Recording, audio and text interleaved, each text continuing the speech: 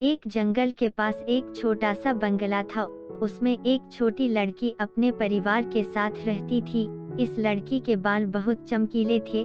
ऐसे सुनहरे बाल देखने को बहुत कम मिलते थे। सब लोग उसे गोल्डीलॉक्स कहकर पुकारते थे। एक दिन गोल्डीलॉक्स ने सोचा, क्यों न जंगल की सैर करी जाए। कुछ समय बाद जब वह घने जंगल के बीच से गुजर रही थी तो उसकी नज़र झुरमुटों के बीच एक छोटे से घर पर गई। यहाँ कौन रहता होगा, वह सोचने लगी। वह घर 3 भालुओं का था। उसमें पापा भालू, मामा भालू और बेबी भालू रहते थे। वे तीनों घर का दरवाजा खुला छोड़कर घूमने गए थे। गोल्डीलॉक्स उत्सुकता से सीधे घर के भीतर चली गई। अंदर जाते ही उसने मेज पर दलिया से भरे 3 कटोरे देखे। वह सचमुच भूखी थी, इसलिए उसने दलिया खाने का निश्चय किया। पहले उसने बड़े कटोरे से दलिया का स्वाद लिया। यह बहुत गर्म है, वह चीख उठी।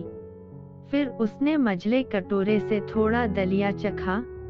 यह बहुत ही ठंडा है, उसने शिकायत की।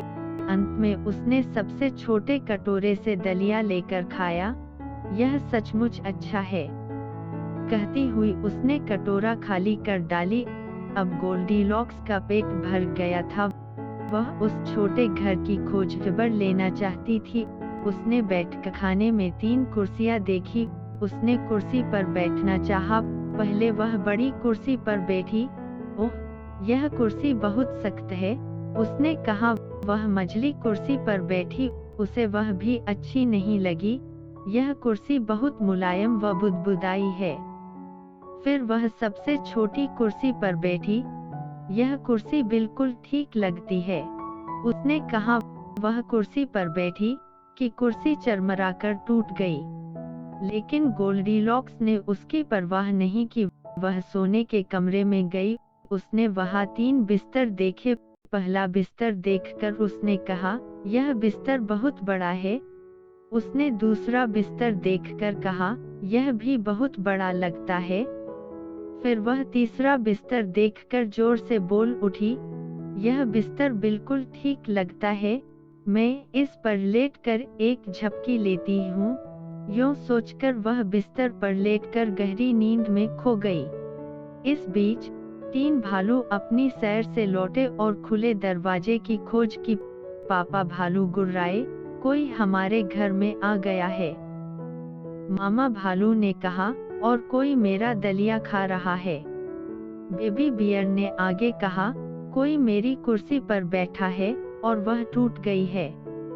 तीनों भालू सावधानी से ऊपर की ओर बढ़े और गोल्डीलॉक्स को बेबी बियर के बिस्तर पर गहरी नींद में सोते हुए पाया। पापा बियर ने कहा, कोई मेरे बिस्तर पर सो रहा है।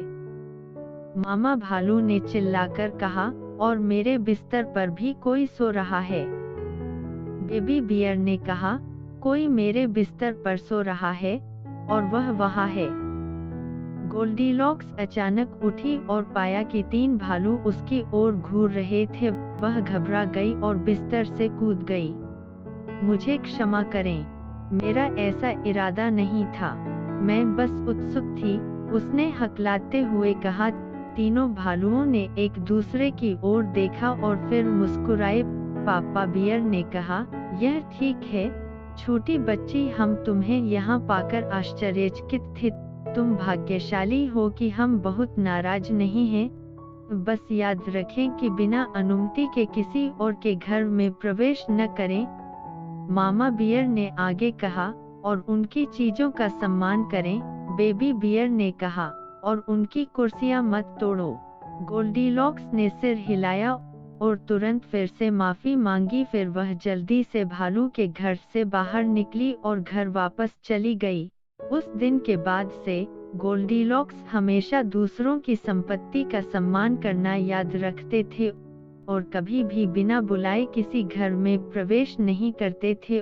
और तीनों भालू साझा करने और क्षमा करने के बारे में एक मूल्यवान सबक सीखकर खुश थे। गोल्डीलॉक्स एंड द 3 बियर्स एक जिज्ञासु लड़की के बारे में एक क्लासिक परी कथा है, जो 3 भालुओं के घर पर ठोकर खाती है। अप्रत्याशित मुठभेड़ों और जीवन के सबक की इस शाश्वत कहानी का अन्वेषण करें, क्योंकि गोल्डीलॉक्स सम्मान और संयम के महत्व को सीखता है।